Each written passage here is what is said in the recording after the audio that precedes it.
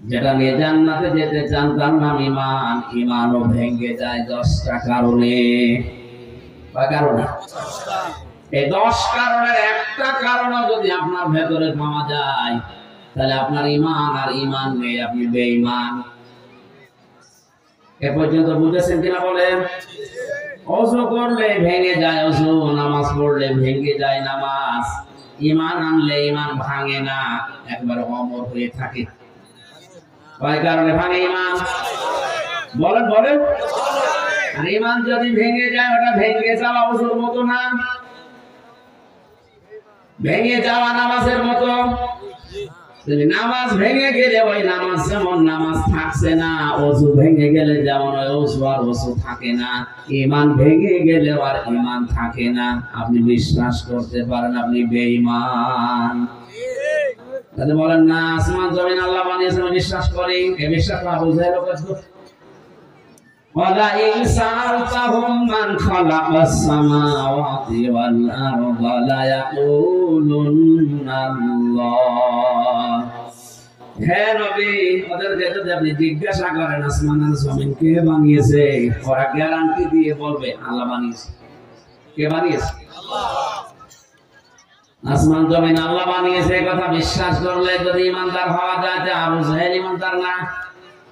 ও খাবার গেলাম ধরে গেতেছিল বদরে যাওয়ার দিন, খাবার মালিক তুমি আসো আমি জানি। বদরে যাচ্ছে মুহাম্মাদের বিরুদ্ধে অস্ত্র নিয়ে, সত্যের পক্ষে যে আছে তারে তুমি বিজয় দিও। ওর দোয়া কবুল হয়ে গেছে, কারণ ও তো সত্যের পক্ষে নেই। সত্যের পক্ষে যিনি ছিল তাকে আল্লাহ বিজয় দিয়েছে। এই কথা বলে না কেন? আল্লাহ একজন আছে, ও যদি বিশ্বাসী না করবে যে কাবান গেলাম কাজের কারণে। এমনকি নবীর চাচা নবীর দাদা আব্দুল মুত্তালিব পর্যন্ত কাবার মালিক একজন আছে বিশ্বাস করতো। এখানে আব্রাহা যেদিন এসেছিল ধ্বংস করার জন্য, ওই জন্য কাবার চাবি মুলতাসাম নামক ওই দরজার সাথে লাগিয়ে বলেছিল, কাবার মালিক তোমার ঘর তুমি দেখো, আমি আমার ছাগল গরু নিয়ে ব্যস্ত আছি। কি বুঝলেন আপনি? ওই জামানার কাফের যারা, তারাও বিশ্বাস করতো আল্লাহ একজন আছে, আসমান জমিন উনি বানিয়েছে। কিন্তু সমস্যা হচ্ছে তারা আল্লাহর শক্তির সাথে ক্ষমতার সাথে শিরিক করতো। কি করতো? বাংলাদেশে আজ আমরা মুসলমান অনেকে যাদের মনে করছি ঈমান আছে না গেছে, ও নিজেও টের পাচ্ছে না। আমি আবার বলছি, এটা দেখো ক্লাস চলছে, ভালো করে বলেন তো ঈমান ভেঙে যাওয়ার কারণ কয়টা? আরো জোরে। হ্যাঁ, 10টা। এর একটাও যদি পাওয়া যায় আপনার ঈমান শেষ। ওই ঈমান নিয়ে আপনার জান্নাতে যেতে। আমার আলোচনা এটা না, আমি সামারাইজ করে মাত্র একটা বলছি, 4 নাম্বারটা। যেই লোকটা এই দুনিয়াতে বিশ্ব নবী বাদ দিয়ে অন্য কাউকে আদর্শ হিসাবে উত্তম মনে করে, তার ঈমান ভেঙে যায়। এটা আমি বানালাম নাকি? সূরা আহজাব 21 নম্বর আয়াতে আছে, এই পৃথিবীতে উত্তম আদর্শ দিয়ে আল্লাহ পাক একজনকে পাঠিয়েছে, তার নাম মুহাম্মদুর রাসূলুল্লাহ। এইজন্য তার নামের আগে পরে আল্লাহ লাগিয়ে দিয়েছেন উসওয়াতুন হাসানা। সুবহানাল্লাহ বলতে পারবেন না? নবীজি মুহাম্মদুর রাসূলুল্লাহকে বাদ দিয়ে পৃথিবীর কাউকে যদি কেউ আদর্শ মনে করে চলে, বিশ্বাস করেন ওই লোকটার ঈমান ভেঙে গেছে। হাদিস পড়েছি, আল্লাহর নবী জানিয়েছেন, আমি যেদিন নবুয়ত পেয়েছি ওই দিন থেকে কিয়ামত পর্যন্ত যদি এই পৃথিবীতে মুসা নবী, ঈসা নবী, 2 জন নবীর নাম তিনি বলেছেন, যদি এই 2 জন নবী দুনিয়াতে কোনোদিন আসে আর আমার আদর্শ বাদ দিয়ে কেউ যদি মুসা নবী, ঈসা নবীর আদর্শ গ্রহণ করে, আমি বিশ্ব নবী ঘোষণা দিলাম লোকটা জাহান্নামী। জামালপুরবাসী কথা যদিও শক্ত মনে হচ্ছে, এইটাই বাস্তব। বাংলাদেশের 100 জনের মাত্র 15 জন বিশ্ব নবীকে একমাত্র আদর্শ মানে, আর 85 জন আছে তা না নাই। বুঝতে হবে দেশে 96% মুসলমান, এটা শুধু আদমশুমারিতে আছে, ভোটার আইডি কার্ডে আছে। বাস্তবে দেশে মাত্র 15% মুসলমান আমরা বিশ্ব নবীর আদর্শ মেনে নেওয়া পাই।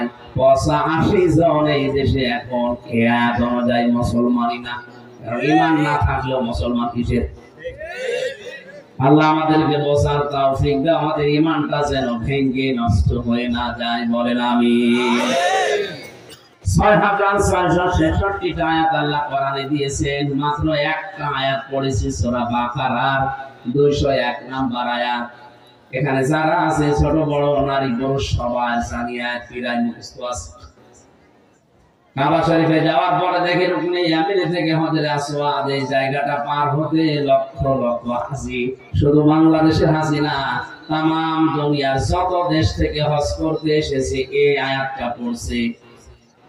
আমার কানের কাছে এসে শুধু এই আয়াতই বাজে, আমিও পড়ছিলাম, চিন্তা করলাম এই আয়াত কেন পড়বে,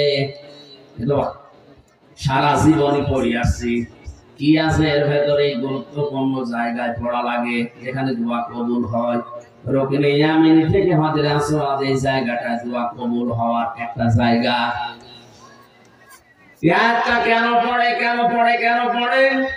তাফসীর গুলো খুলে খুলে মিলিয়ে বাংলাদেশে এসে দেখি আল্লাহ দুনিয়া আখিরাত সব এই আয়াতের ভেতরে ঢোকানো আছে। এবার আমরা তাফসীর আকারে এই কথাগুলো একটা একটা করে ভেরিফাই দেব।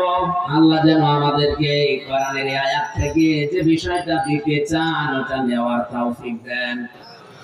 সারা জীবন আপনি পড়ে যান রব্বানা আতিনা ফিদ দুনিয়া হাসানা, অথচ হাসান আছে কি এটা আজ পর্যন্ত এখানে অনেকেই জানে না। আমার মনে হয় কয়েকজন আলেম বাদ দিয়ে বাকি 100 জনের 98 জন ফেল করবে যে হাসানা কি। অনেকে মনে করে না হাসানা না হাসিনা, খালি জের দিয়ে হাসিনা। হাসিনা মানে সুন্দরী আর হাসানা মানে কল্যাণ। আপনি যদি এই দোয়াটা নাই বলেন যে কি দোয়া করছেন আপনি আল্লাহর কাছে, 5 ওয়াক্ত নামাজের পরে শেষ হয়ে গেলে দেখি বলে রব্বানা আতিনা ফিদ দুনিয়া হাসানা, এলাকায় নেই কি বলেন আপনি? এক ইমাম দোয়া করছে রব্বি হাবলি মিনাস সালিহিন। এক যুবক বলছে হুজুর সে ছোটবেলা থেকে নামাজ পড়ে একই দোয়া করেন, কি এই দোয়া কি বলেন আপনি? এই দোয়ার মানে কি? আমি জানি না। জানেন না মানে? সারা জীবন দোয়া করেন আপনি জানেন না, আপনাকে বলা লাগবে? আমি জানি না।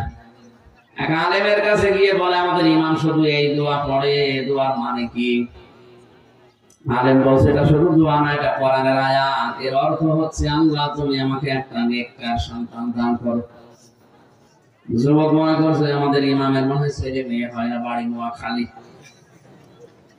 নোয়াখালী বাড়ি এসে মনে হয় যাওয়ার পরে ইমামতি করছে, ছেলে মেয়ে নেই। এই দোয়া পড়ে বলছে হুজুর আপনার ছেলে মেয়ে কয়টা? 11টা। 11টা ছেলে মেয়ের পর আপনি দোয়া করেন, আপনার লজ্জা আছে কেন? আমি তো দোয়ার মানে জানেন না, আমি জিজ্ঞাসা করে আসলাম। দোয়ার মানে আল্লাহ তুমি আমাকে একটা নেককার সন্তান দান করো।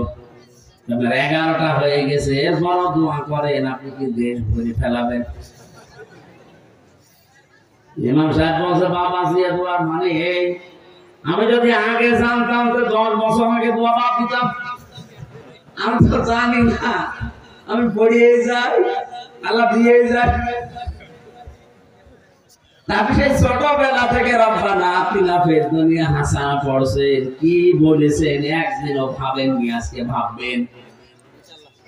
আল্লাহ পাক বলেন আমিলুহুম মাইয়াকুলু রব্বানা আতিনা ফিদ দুনিয়া হাসানা। লোকেদের ভেতরে এমন অনেক লোক আছে যারা বলে হে আমাদের প্রতিপালক আমাদেরকে দান করো ফিদ দুনিয়া হাসানা, দুনিয়ার হাসানা কল্যাণ শান্তি স্বস্তি নিরাপত্তা। 33টার উপরে অর্থ আছে হাসানার। আমাদেরকে তুমি কল্যাণ দাও, স্বস্তি দাও, শান্তি দাও, নিরাপত্তা দাও, সুখ দাও। কোথায়? এটা ক্লাস চলছে না? আপনি কোন জায়গার জন্য বললেন? দুনিয়া। বলেন বলেন, আরো জোরে বলেন। তাহলে আগে দুনিয়া শান্তিময় করা লাগবে, দুনিয়ার হাসানা আগে পাওয়া লাগবে, এরপরে যে আখিরাতের হাসানা। দুনিয়ার হাসানা যদি কেউ না পায়, আখিরাতের হাসানাও পাবে না। দুনিয়ার হাসানা কয়টা? তাফসীরের ভেতরে আমি পেয়েছি দুনিয়ার হাসানা ফি জিলালিল কোরআনে পাবেন 10টা। কেউ যদি 10টা বিষয় দুনিয়ায় পায়, সে যেন দুনিয়ার হাসানা পেয়েছে। আফিল আখিরাতি হাসানা, আখিরাতের হাসানা দাও। আল্লাহ বলেন আখিরাতের হাসানা 5টা। ওয়াকিনা আযাবান নার, জাহান্নাম থেকে তুমি আমাদেরকে বাঁচাও। আল্লাহ পাক বলেন জাহান্নাম থেকে বাঁচতে হলে মাত্র একটা কাজ করা লাগবে। কয়টা? এদিকে 10, ওইদিকে 5, এদিকে 1, কত? এই 16টা জিনিস আছে আয়াতের ভেতরে। এবার আমরা একটা করে সিরিয়াল করে দেখি এই 16টা আমরা আসলে পেলাম কিনা। যদি আপনি না পেয়ে থাকেন, মনে করবেন আপনার দোয়া কবুল হয়নি, ওটা মাঠে মারা গেছে। জবান খুলে কোরআনের এই সোনালী আয়াত একবার তেলাওয়াত করেন। আউযু বিল্লাহি মিনাশ শাইতানির রাজীম। বিসমিল্লাহির রহমানির রহিম।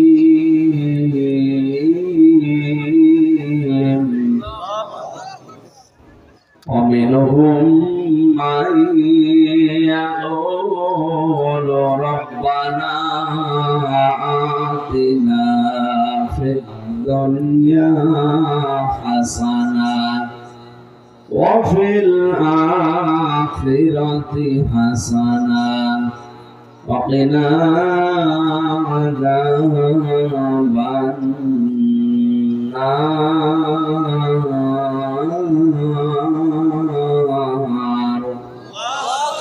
صدق الله العظيم। আমরা আমাদের বলতে পারি না। আমাকে শহীদ করে দেন। আল্লাহর নাম নিয়ে নাকি ভগবানের নাম নিয়ে করবো?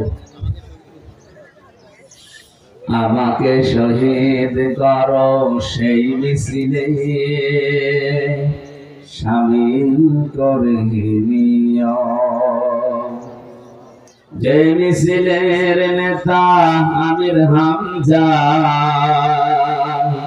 খোবায়েব খাব্বাব, খোদার ছিল যারা অতি প্রিয়, শামিল করে নিও। আমার ভাইরা, সূরা বাকারার 201 নম্বর আয়াতে আমরা পড়লাম। আল্লাহ পাক বলেন পৃথিবীতে অনেকে আছে এমন যারা বলছে, বলবে, কি বলবে তারা? হে আমাদের প্রতিপালক, দুনিয়ায় আমাদের হাসানা দাও। আল্লাহ পাক বলেন পৃথিবীর হাসানা যে 10টা, তার প্রথম হচ্ছে কোরআনে কারীম পাওয়া। এটা দুনিয়ার হাসানা। এখানে যারা বসে আছে সবাই হয়তো এক বাক্যে বলবে কোরআন আমরা পেয়েছি, বাড়িতে চলেন আপনাকে দেখাবো। এর নাম কোরআন পাওয়া না। কেউ যদি কোরআন পায়, তাদেরকে আল্লাহ 4টা শর্ত দিয়েছেন। কয়টা? সূরা বাকারা 1 নম্বর পারা 18 নম্বর পৃষ্ঠা 4 নম্বর লাইনের 121 নম্বর আয়াতে দলিলটা আছে। আল্লাযীনা আতাইনাহুমুল কিতাবা ইয়াতলুনাহু হাক্কা তিলাওয়াতি। আল্লাহ পাক বলেন আমি যাদেরকে কোরআন দিয়েছি, কিতাব দিয়েছি, তারা এর হক আদায় করে তেলাওয়াত করে। তাফসীরে মুনির মুফাসসির লিখেছেন কোন কিছু যদি কেউ হক আদায় করে পড়তে চায়, বিশেষ করে হাক্কা তিলাওয়াতি এই শব্দের ব্যাখ্যায় তিনি বলেন কেউ যদি হক আদায় করে কিছু পড়তে চায়, 4টা শর্ত তারে মানা লাগবে। কয়টা?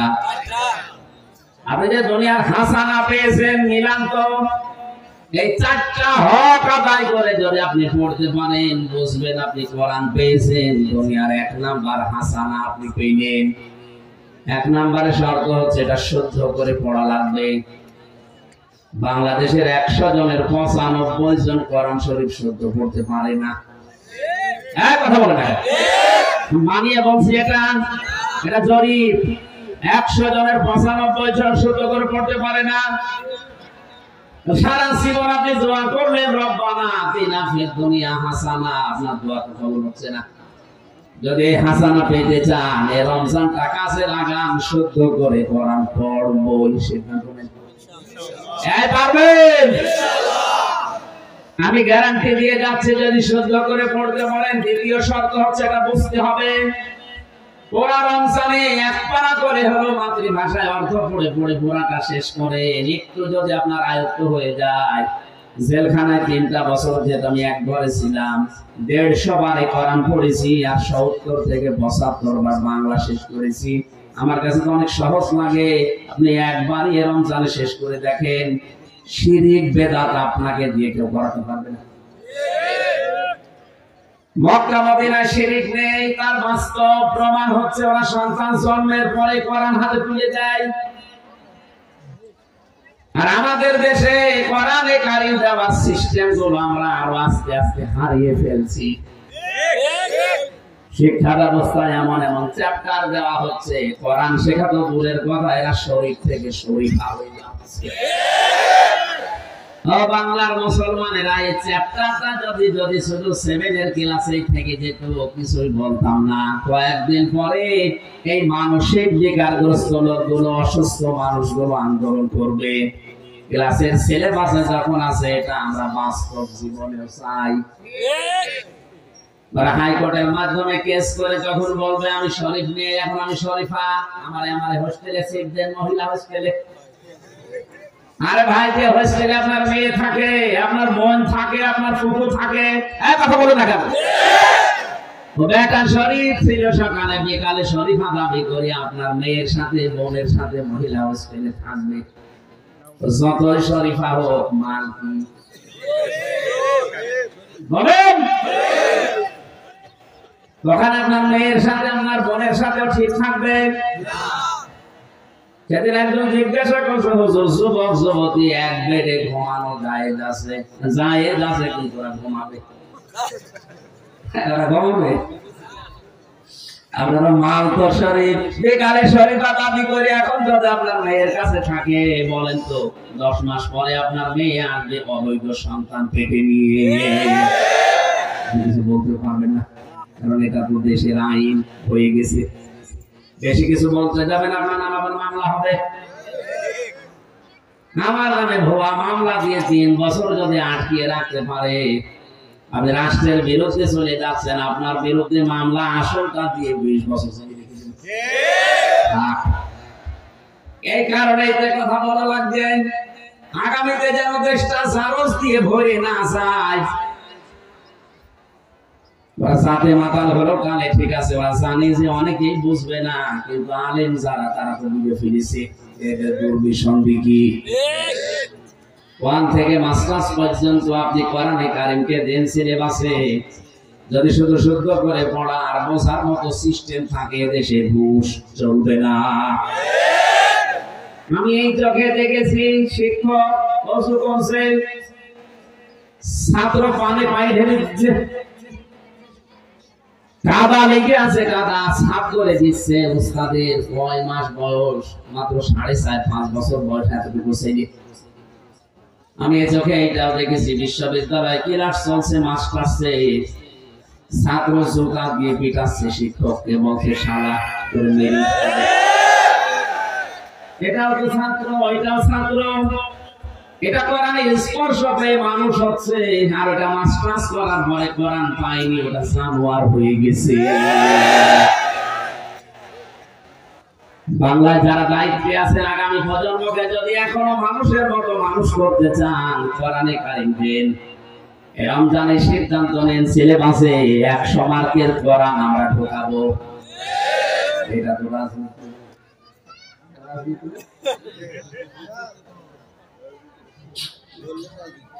কোথায় চলে যাচ্ছে? আরে ভাই, আপনি আমি হুজুর নাই আর 50 বছর পরে মাটির নিচে থাকবো। আমাদের প্রজন্ম এই দুনিয়ায় থেকে যদি জেনাখর হয়ে যায়, যদি অবৈধ সন্তান পেটে নিয়ে ঘরে, কবরে আপনি শান্তি থাকতে পারবেন? দুনিয়ায় যেগুলো রেখে গেলেন এগুলো যা করবে ফিলাক্সি লোড হয়ে বিকাশ হয়ে সব কবরে যাবে। এখন যদি বলেন হুজুর আমার বিকাশ নাম্বার খোলা নেই, এমনি করে যাবে, খোলা লাগবে। যা রেখে গেছে এটা কি খোলা লাগবে? আপনি রেখে গেছেন তো পরিমণি, স্বামী পাল্টাতে পাল্টাতে কত স্বামীকে পাল্টে চলেছে। আমাদের পাশেই জেলে ছিল, জেলের ভেতরে যে সাজস করে মানুষ ওখানে টেনশনে চিন্তায় বাঁচে আর শ্বাসের শেষ নেই।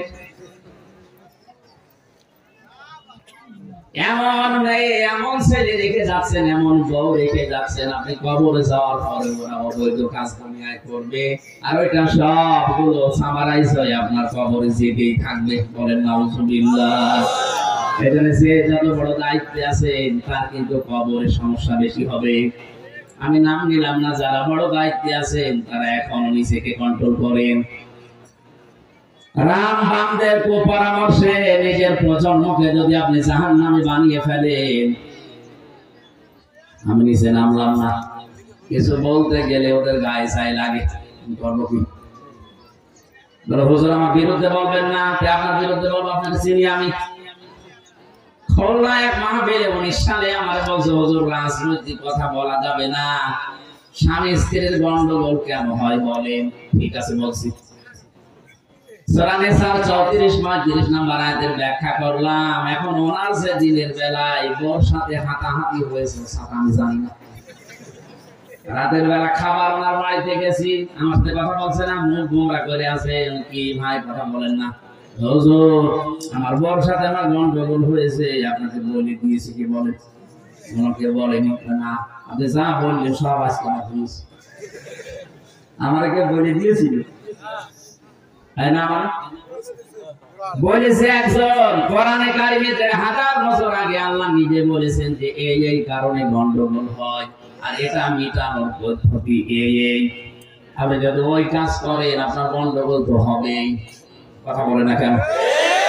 এই জন্য আমাদের আমাদের আমাদের আমাদের আমাদের এখন উচিত, এই মুহূর্তে উচিত কোরআনে কারিম শুধু পেয়েছি বললেই হচ্ছে না, এটা শিখতে হবে। শুধু শিখলেই হবে না, এটা বুঝতে হবে। শুধু বুঝলেই হবে না, যতটুকু বুঝবেন ওর উপরে প্র্যাকটিক্যাল লাইফ সাজাবেন। শুধু সাজালেই হবে না, এটা যেন মানুষ মানতে পারে সেই ব্যবস্থা করে দেবেন। হক বললাম কয়টা? কোরআনে কোরআন পড়ার ব্যাপারে 3টা শব্দ আমি পেয়েছি, কারা ওয়া তালা, তালাওয়া। এই 3টার আবিধান বেত্তা যারা অভিধান বেত্তারা লিখেছেন 3টাই, পড়া, বোঝা, আমল করা আর মানুষের কাছে পৌঁছিয়ে ব্যবস্থা করা মানা। এবার আপনি বলেন তো আপনি দুনিয়ার হাসানা আসলে পেয়েছেন কিনা? আমাদের দেশে সর্বোচ্চ জায়গা যিনি আছেন ওখান থেকে আমি হামজা পর্যন্ত সারাই বলছি রব্বানা আতিনা ফিদ দুনিয়া হাসানা। আসলে আমরা কোরআন পেয়েছি বলেন না? পারি না, কারণ এই 4টা বিষয় আমরা এখন মানতে পারছি না। শুদ্ধ করে হয়তো আমরা পড়ি, বোঝানোর চেষ্টা করি, কম বেশি আমলও করছি, কাজেও লাগাচ্ছি। 4 নম্বরে দেশের মানুষকে এটা মানানোর ব্যবস্থা করা দরকার। এই কাজ করতে গেলে তখন আমাদের উল্টাপাল্টা নাম দিয়ে দেয়। এক কথা বলছেন আল্লামা আহমেদ শফিক যতদিন পর্যন্ত কোরআন পড়েছে কোনো সমস্যা তার ছিল না এই দেশে। যতদিন বুঝেছে কোনো সমস্যা ছিল না, কম বেশি আমলও করেছে নিজের সার্কেলে, কোনো অবস্থায় সমস্যা হয়নি। যখনই বলেছে না এর ভেতরে যা আছে আমি মানুষকে মানাবো, এর ভেতরে আছে ওয়াল্লাযীনা ইয়াযুনা রাসূলুল্লাহ লাহুম আযাবুন আলীম, যারা রাসূলকে কষ্ট দিচ্ছে দিবে তাদের জন্য ভয়ঙ্কর শাস্তি আল্লাহ রেডি করে রেখেছে। সুতরাং এই দেশের মানুষ যেন নবীকে কষ্ট দিতে না পারে, গালি দিতে না পারে, এই বিষয়ে আমি সোচ্চার। ডাক দিয়েছিলেন শাপলা চত্বরে, রাম আর বাম রাম নামই পাল্টিয়ে দিয়েছে তেতুল হুজুর। আহমেদ শফি কত সুন্দর নাম, নামটাই পাল্টিয়ে গেছে। সুতরাং কোরআন পেয়েছি, কোরআন আমার ঘরে আছে, মাথার উপরে রাখা, এ কথা বললে হচ্ছে না। এই 4টা হক আদায় করা লাগবে। উলাইকা ইউমিনুনা বি, এরা আমার কোরআন বিশ্বাস করে। আমা ইয়াকফুর বিহি ফাউলাইকা হুমুল খাসিরুন, যারা এই চারটা শর্ত মানে না, ওরা কোরআন বিশ্বাস করে না, ওরা ক্ষতিগ্রস্ত। বলেন নাউজুবিল্লাহ। আমরা দুনিয়ার হাসানা পাইনি। আমি সামারাইজ করছি খুব তাড়াতাড়ি। আমার যেতে হবে সে নড়াইল মাশরাফিল মরতুজা রকম মাগরিবের পরে। এখানে 8টার সময় ওঠা লাগতেছে, উঠে 9টা বেজে গেল। দ্বিতীয় নম্বরে কোরআনের হেদায়েত পাওয়া। আমি সবগুলো তাফসীর থেকে নোট করেছি, একটাও বানিয়ে বলছি না। এখন যদি বলেন আমি কোরআনের হেদায়েত পেয়েছি, কে বলছে আপনি কোরআনের হেদায়েত পেয়েছেন? নরসিংদীর গিরিশচন্দ্র সেন এ বেটা হিন্দু, আমার চাইতে কোরআন বেশি পড়েছে, বেশি লিখেছে, বেশি বুঝেছে। এখানে যত আলেম আছে আমি সহ কেউ বুকে হাত দিয়ে বলতে পারবেন না পুরা কোরআনের প্রতিটি শব্দের অর্থ আমার জানা আছে। কারো বলার সাহস নেই। আমারও মনে নেই, আমি পড়েছিলাম, এখন আবার স্টাডি করা লাগবে, দেখা লাগবে। কিন্তু ওই হিন্দু বেটা পড়া কোরআন শরীফের প্রতিটি শব্দের অর্থ জানা ছিল, তাফসীর পর্যন্ত লিখেছে।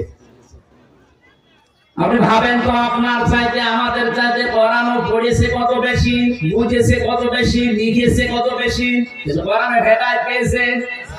বলেন, মারা যাওয়ার পরে কবর পেয়েছে, জানাজা পেয়েছে, কি করিস? পড়ে ফেলিস।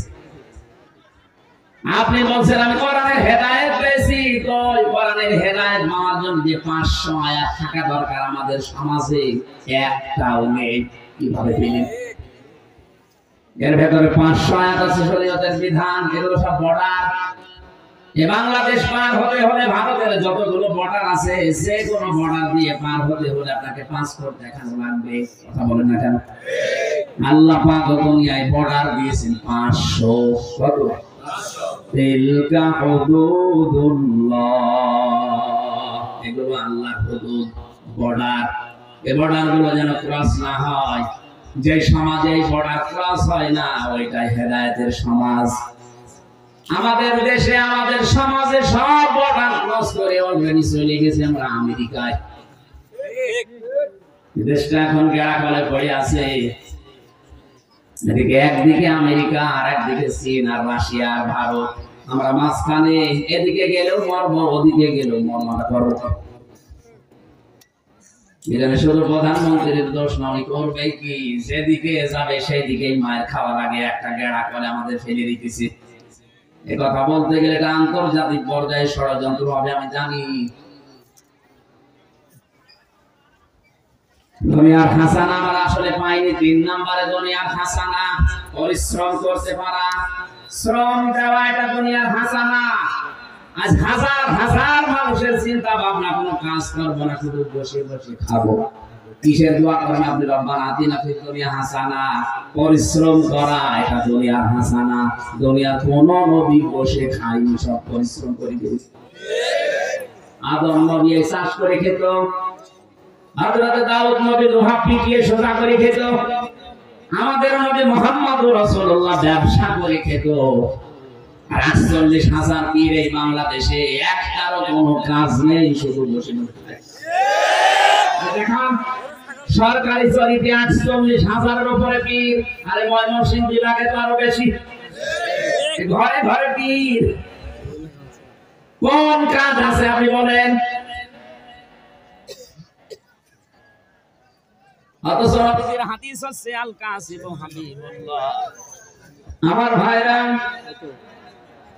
পৃথিবীতে পরিশ্রম করার জন্য আল্লাহ মানুষকে বানিয়েছেন। লাকাদ খালাকনাল ইনসানা ফি কাবাদ।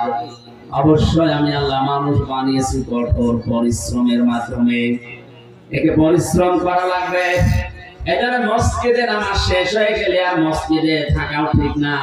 ফাইদা কুদিয়াতিস সালাতু ফান্তাশিরু ফিল আরদি ওয়াবতাগু মিন ফাদলিল্লাহ। নামাজ যখন শেষ হয়ে যাবে, ছড়িয়ে যাও জমিনে। কোথায়?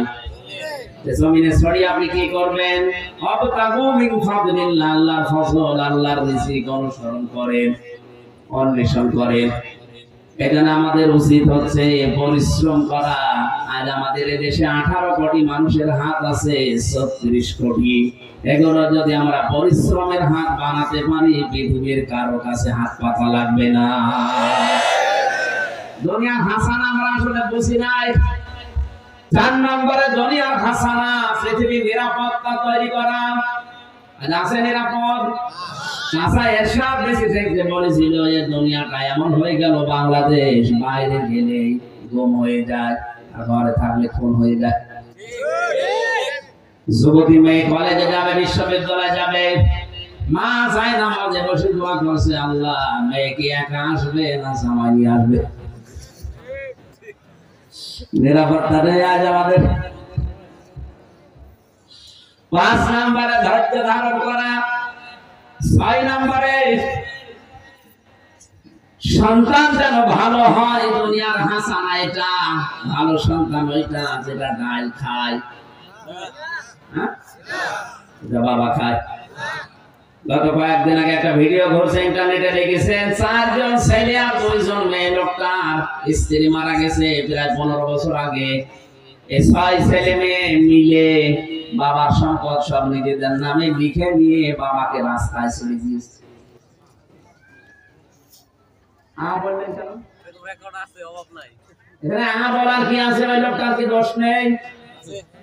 আল্লাহর পরে যে মা বাবার স্থান, এই জায়গাটায় তো ওই 6টা ছেলে মেয়ে জানে না। ও বাবার দায়িত্ব ছিল আল্লাহর পরে আমাদের স্থান এটা ওকে জানানো। এখানে যেটা জানানো যায় সেই জানানোর জায়গায় তো ছেলে মেয়েদেরকে দেয়নি, বানিয়েছে ডাক্তার, ইঞ্জিনিয়ার। তারা তাদের বড় কথা শুনে বাবার কাছ থেকে কৌশলে জমি জায়গা লিখে নিয়ে রাস্তায় ছেড়ে দিয়েছে।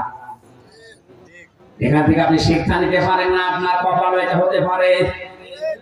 আল্লাহর পরে যে আপনার স্থান, ওয়াকাদা রাব্বুকা আল্লা তা'বুদু ইল্লা ইয়্যাহু ওয়া বিল ওয়ালিদাইনি ইহসানা। এটা আল্লাহর পরে আপনার স্থান, এটা ওকে আগে জানান। ও যদি জানে যে এই পৃথিবীতে আল্লাহর ইবাদতের উপরে আপনাদের মর্যাদা, তামাম দুনিয়া একদিকে গেলেও আপনাকে রাস্তায় ছেড়ে দেবে না। ভালো যেন সন্তান হয়, এটা দুনিয়ার হাসানা। স্ত্রী যেন ভালো হয়, এইটাও দুনিয়ার হাসানা। ভালো স্ত্রী ওইটা যেটা সকাল বিকাল ইস্তার জলসা দেখে। এটা গ্রাম অঞ্চল তো এজন্য টের পাচ্ছেন না। সারা দিন বসে বসে সিরিয়াল গুলো দেখে, প্রায় 37টা সিরিয়াল চলছে।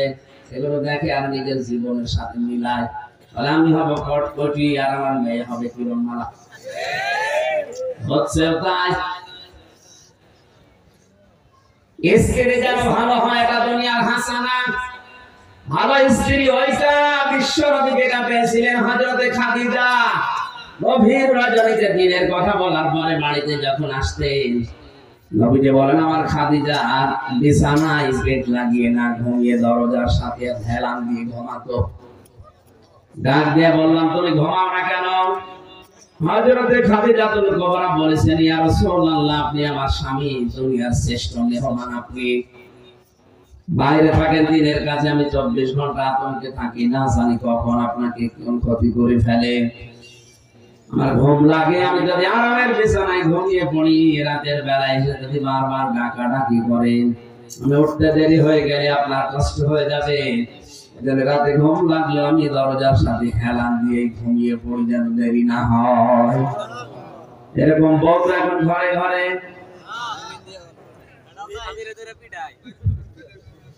হ্যাঁ, ওরা রাত জেগে থাকে, কিন্তু আপনার জন্য না, সিরিয়ালের জন্য। এই পৃথিবীতে 2 জন মহিলাকে আল্লাহ, একজনকে সালাম দিয়েছেন আর একজনকে জান্নাতে ঘর বানিয়ে দেখিয়েছেন। 2 জনকে দিয়েছেন স্বামীর জন্য। খাদিজাতুল কুবরা, তাকে আল্লাহ সালাম পাঠিয়েছেন স্বামী ভক্তি করার জন্য। হযরতে আসিয়াকে জান্নাতের ঘর দেখিয়েছেন স্বামী ভক্তি করার জন্য। সূরা তাহরিমের 12 নম্বর আয়াতে আছে।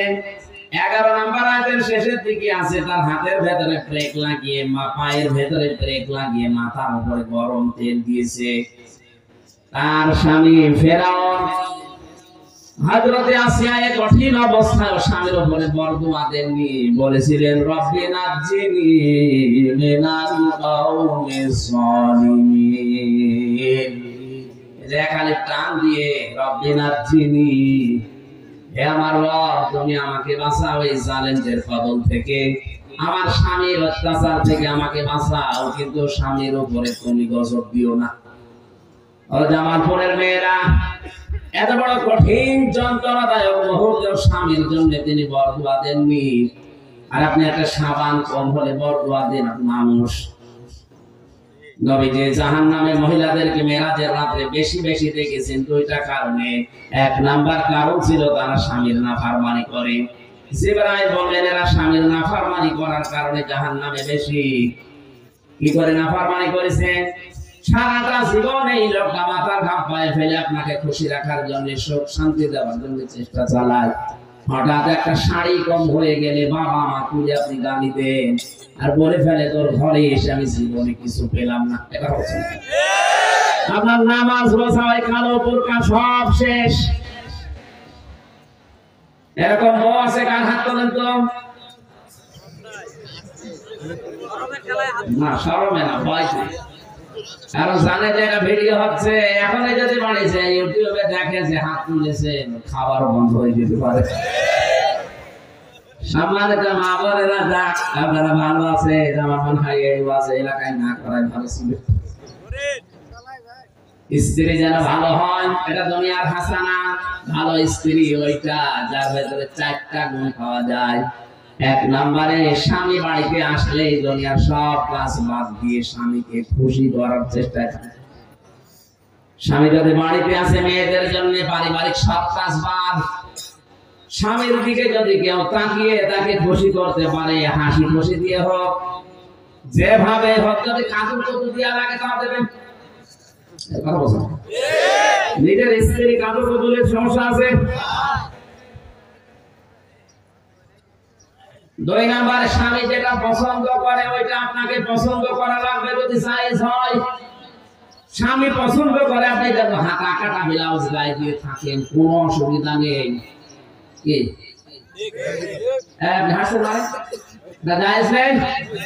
স্বামী পছন্দ করে যে আপনি ঘরের ভেতরে খোলাখুলি থাকেন, কোনো অসুবিধা নেই। স্বামীর সামনে যদি চুল বের করে থাকেন আরো সওয়াব হবে। এই চুল যদি স্বামী বাঁচিয়ে অন্য কাউকে দেখান, কিয়ামতে এটা সাপ হয়ে কামড় দেবে।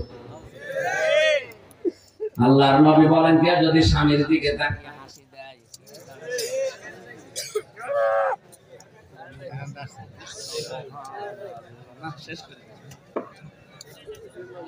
আমার ভাইরা, নবীজি বলেন কেউ স্বামীকে খুশি করার জন্য হাসতে খেলতে গিয়ে যদি দাঁত বের হয়ে যায়, সেই কয়টা দাঁত বের হবে 6টা দাঁতের কথা তিরমিজি শরীফে আছে, 6টা নফল হজের সওয়াব পাওয়া যাবে। সুবহানাল্লাহ বলতে তোমার জিনিস আছে বাড়িতে যে এখন তুমি কোন হাসি ডাকবা? ভাবির হাসি ডাকা ছাড়া কাজ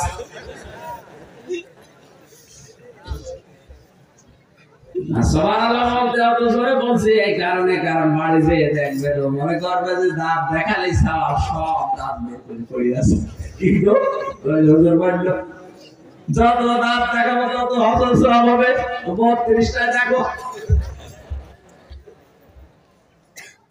সন্তান স্ত্রীকে ভালো করার জন্য, হাসানা করার জন্য আপনি একটা দোয়া পড়বেন নামাজের পরে, রব্বানা হাব লানা মিন আজওয়াজিনা ওয়া যুররিয়াতিনা কুররাতা আ'য়ুনিন ওয়াজআলনা লিল মুত্তাকিনা ইমামা। বলেন আমিন। 9 নম্বরে সবর করতে পারা দুনিয়ার হাসানা। সবর কত প্রকার কি কি এটা আজ আমরা টের পাইনি। আজকে একটা স্ট্যাটাস দিয়েছে হামাসের যোদ্ধারা, যারা মসজিদে বসে বসে সুবহানাল্লাহ আলহামদুলিল্লাহ পড়তেছে, তাও শেষে মসজিদের নামও লিখেছে কাবা শরীফের কথা। কাবার ওই চত্বরে বসেও যারা সুবহানাল্লাহ আলহামদুলিল্লাহ বলে চোখের পানি দিয়ে এই বস্ত্র ভিজাতে আছো, তোমরা যদি এই হামাসের এই ময়দানে জিহাদের এই কঠোর ময়দানে উত্তপ্ত জায়গায় চোখের পানি না রক্ত ফেলতে পারতে, তখন বুঝতে পারতে যে আসল বিষয়টা কি, সবর কাকে বলে। আমার ছোট্ট জীবনে 3টা বছর আমি যেহেতু ভেতরে কাটালাম, আমি টের পেয়েছি যে সবর কারে বলে, কত প্রকার কি কি। এদিকে 3.5 হাত, এদিকে 2.5 হাত, এতটুকু একটা ঘরে 3 বছর তালাবদ্ধ করে রেখে দিয়েছি, যোগাযোগ বিচ্ছিন্ন থাক, খাওয়া দাওয়া যা খেয়ে বেঁচে থাকলে থাক, মরে গেলে কি, মরে গেলে বলবে চিকিৎসাধীন অবস্থায় নিয়ে গেছে। আর বাংলাদেশের কারাগার বলেছে অবস্থা চিকিৎসা সব রোগের এক ডাক্তার, আপনি যে কোন রোগের কথা যে বলবেন একই ওষুধ দেখ।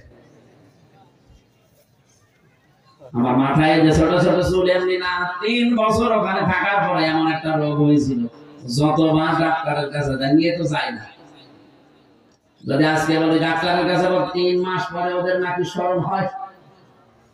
সে গন্ডালকে একজন জিজ্ঞাসা করছে, ভাই 3 দিন আগে কাঁথো কত দিলাম, তখন তো হাসলে না, এখন হাসতেছ। গন্ডাল বছর 3 দিন পরে এখন আমার চামড়া বের করে শরীরে নিয়ে গেছে।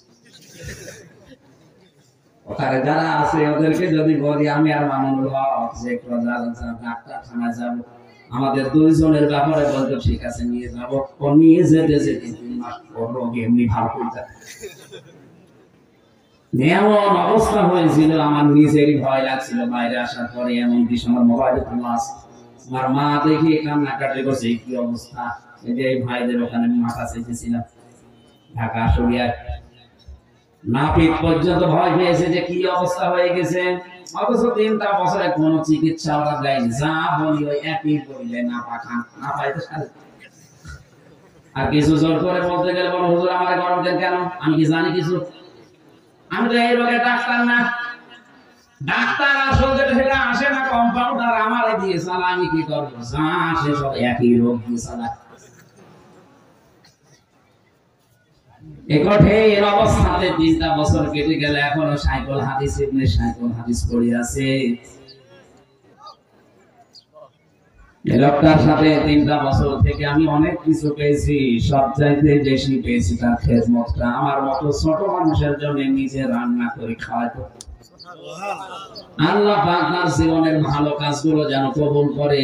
মানুষ হিসাবে যদি অন্যায় কিছু করে থাকে, আল্লাহ গাফফার নামের খাতিরে যেন মাফ করে দেয়। তার কাছে কিছু কিছু মাসলা আমি শিখেছিলাম, বিশেষ করে 4টা জিনিস নিয়ে বেশি আলোচনা করতো। সকালে আর দুপুরের খাবার আমরা এক জায়গায় খেতাম। আমার ভাইরা, আমি বাস্তবে যেটা বলছিলাম, সবর আমরা করতে পারছি না। সবর আসলে কি, কত প্রকার কি কি, এটা শফিকুল ইসলাম মাসুদ টের পেয়েছিল। যে বাস্তবতায় ওই যে 4 দেওয়ালের মাঝে না গেলে বোঝা যায় না যে সবর কি করে করবেন। ইউসুফ নবী সবর করেছিল 40 বছর পর্যন্ত। ইয়াকুব নবী সবর করেছিল 40 বছর পর্যন্ত। হযরত আইয়ুব নবী সবর করেছিল 18 বছর পর্যন্ত।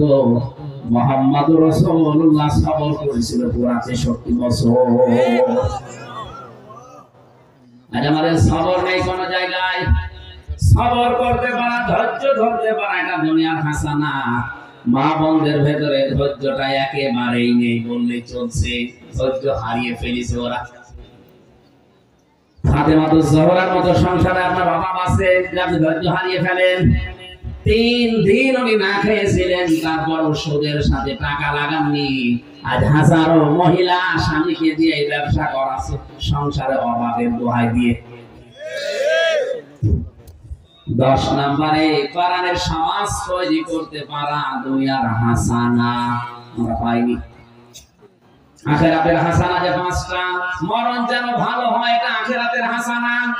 ভালো মরণ ওইটা যেটা গলায় দড়ি দিয়ে হয়, হ্যাঁ বিষ খেয়ে হয়, কোনটা?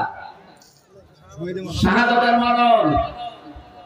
সারাটা জীবন আমরা এই দোয়াই করব, আল্লাহুম্মা ইন্নী আসআলুকা শাহাদাতান ফি সাবিলিক। হে আল্লাহ, তুমি মরণ দিলে সাধারণ ভাবে দিও না, শাহাদাতের মরণ দিও, বলেন আমিন। শাহাদাতের মরণ তো গাছতলায় বসে হু হু করলে পাওয়া যায়, বলেন। একামতে দিনের দায়িত্ব যারা পালন করে উত্তপ্ত ময়দানে, এই মানুষগুলোর শাহাদাত মরণ হওয়া অতি সহজ। এই জন্য জেনে বুঝে বাস্তব সব চিত্র দেখে আমি ইসলামী আন্দোলন করি।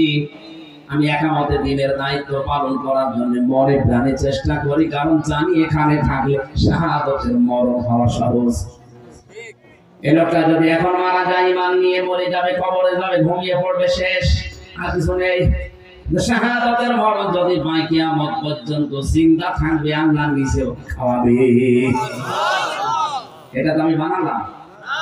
আলা তাহসাবান্নাল্লাযীনা কুতিলু ফি সাবিলিল্লাহি আমওয়াতা ওয়াল আহয়াউন ইনদা রাব্বিহিম ইউরযাকুন। সূরা আলে ইমরানের 4 নাম্বার পারা 11 নাম্বার পৃষ্ঠা 9 নাম্বার লাইনের 159 নাম্বার আয়াতে আছে। আল্লাহ পাক বলেন, কোন মানুষ যদি আমি আল্লাহর রাস্তায় হত্যা হয়, তাকে মৃত বলবা না, জীবিত, এবং কিয়ামত পর্যন্ত আমি আল্লাহ নিজে ওদেরকে রিজিক দিতেই থাকবো। 2 নম্বরে কবর যেন ভালো হয়। ভালো কবর ওইটা যেটা পাকা করা হয়। বলেন, হযরত ওসমানের মতো মানুষ পড়ে আছে, জান্নাতের সার্টিফিকেট পাওয়া, তাহলে একটা পাথর দেওয়া। আর বাংলাদেশে গরু ছাগল মজে যায়, কবর 3 তলা হয়। কোথায় পেয়েছে না ভাঙাবে, সব কবর ভেঙে দেবে।